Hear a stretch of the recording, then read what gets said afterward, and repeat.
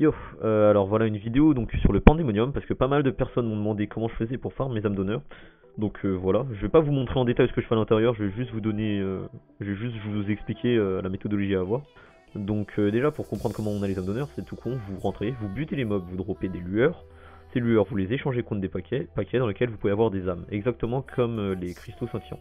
Donc là en fond je vais laisser cette vidéo tourner, c'est-à-dire où j'ouvre un bon gros tas de paquets de lueurs pour que vous voyez à quel point ça drop. Pour commencer, pourquoi le pandé est assez galère à farmer? En fait, déjà vous avez des gros malus, c'est-à-dire que dès que vous rentrez en plein milieu de chaque salle, vous allez vous taper 3 malus, dont des NS, des pet def, etc. Et des slows, chacun qui dure 15 secondes, donc rien que ça c'est assez handicapant. Ensuite le deuxième principal problème, qui fait que la plupart des joueurs sont découragés assez vite, c'est que tous les mobs en dehors de 2 étages réflectent. Ça fait que certaines classes peuvent pas y aller très facilement. Je dirais que par exemple le prédateur peut pas le faire parce que en AOE vous êtes sûr de vous one shot vu que vous avez trop peu de réduc. Et en monotype vous devrez en plus réduire votre DPS et DPS en coupe chou quoi. Et du coup vous serez vraiment trop lent pour être rentable. Du coup en dehors de ça je dirais que le croisé et archange c'est pareil. Vous vous calez à 100% de réduc physique ou magique sur votre classe donc. Vous rentrez en plein milieu de la salle, vous mettez votre bouclier dispel le temps que les debuffs partent, si vous tapez un NS quoi, et vous tapez en AOE, c'est tout. Faucheur et druide, ce sera à peu près la même. Vous rentrez dans le tas, vous attendez que les debuffs partent parce que vous pouvez pas vous dispel. Vous faites proc le baba 40 ou la relique 39 pour le faucheur donc, et vous tapez en AOE. Vous deux vous pourrez vous régénérer donc ça posera pas de problème si vous prenez trop de dégâts.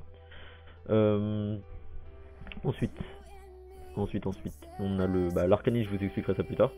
Et pour le Kage, tout simplement faut réduire votre DPS, c'est comme un destructeur. Vous allez essayer de réduire un maximum votre DPS et augmenter un maximum votre réduc. Donc 7 PvE 70 pour le Kage et 7 PvP pour le destructeur. Donc gun 38 si vous voulez, proc mais bon, dans tous les cas c'est hyper galère. Bref. Les étages dans lesquels vous devrez faire attention, c'est surtout donc les étages à réflect. Le premier ne pose pas de réflexe et le deuxième qui réflecte pas, c'est celui après le boss sorcier. Donc les boss d'abord. Le premier boss, Hamsin, pose pas mal de problèmes aux joueurs, parce que déjà le premier truc que vous devez faire c'est surtout pas rentrer dans la salle. Parce que si vous rentrez dans la salle vous allez faire pop des boules, boules qui peuvent vous NS physique et magique, et vous infliger genre du 10k je crois, quelque chose comme ça. Enfin bref. Du coup ce que vous devez faire c'est pouler-le, n'oubliez pas qu'il réflexe, donc attendez, faites proc vos armes, faites proc ce que vous voulez, et ensuite DPS-le une fois que vous êtes sûr de pas vos OS quoi. Si vous attendez trop longtemps, le boss aussi, quel que soit ses PV, donc va se mettre à vous mettre des bons gros dégâts. Genre moi je sais que je me prenais des 24k alors que je laissais trop faire. Et voilà, c'est tout. Ensuite le boss sorcier, lui pose un peu plus de problèmes à certaines classes, principalement les physiques, parce qu'il a les skills de push de l'archimage et son route. Donc ce que je sais, la plupart des destructeurs s'arrêtent juste avant, le sorcier. Je crois que c'est tout. Ensuite, pour les tâches à faire. Alors, troisième étage, après avoir buté les crabes, vous allez avoir plein de crabes qui vont pop avec 3 pierres, c'est-à-dire une de chaque couleur, et vous devrez tout simplement cliquer sur la pierre dont il y a le crabe, ou dont il y a le plus grand nombre de crabes, c'est aussi con que ça.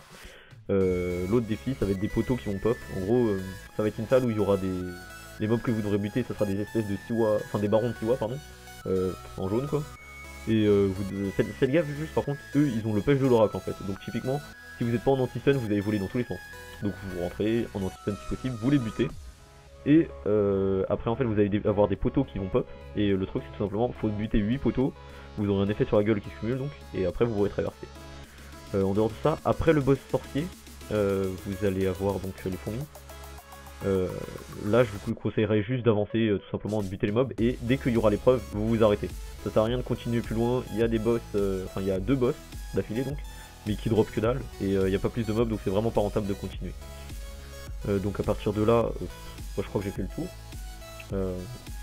Donc tout simplement faites toujours attention à votre réduc, c'est aussi con que ça. Essayez d'être rentable lorsque vous ramassez les lueurs. En fait moi ce que je fais à chaque fois c'est que je me mets en buste violet des plats. Et je ramasse les âmes d'honneur comme ça. Et pensez surtout aussi à cancel anime, c'est à dire que moi je me déplace à la souris. Et je ramasse avec ma barre de clavier. Ça permet de pas avoir le blocage de l'emote chaque X secondes. Je crois que c'est tout. Là vous pouvez voir qu'en fait vous avez 2 types de lueurs, donc les premières que vous avez jusqu'au boss sorcier, et ensuite les boss, celles que vous avez sur les fourmis. Le premier type va vous donner une âme d'honneur sur 5 on va dire, et le deuxième une âme d'honneur sur 4. Après c'est pas forcément plus rentable de farmer en boucle à partir des sorciers, parce que le truc c'est que ça coûte hyper cher déjà l'entrée, c'est 160 PO pour une entrée à l'étage 46 je crois, celui où vous allez commencer à farmer, donc ça sert absolument à rien. Et donc je crois que j'ai fait le tour. Du coup je vais faire une aparté sur mon arcaniste.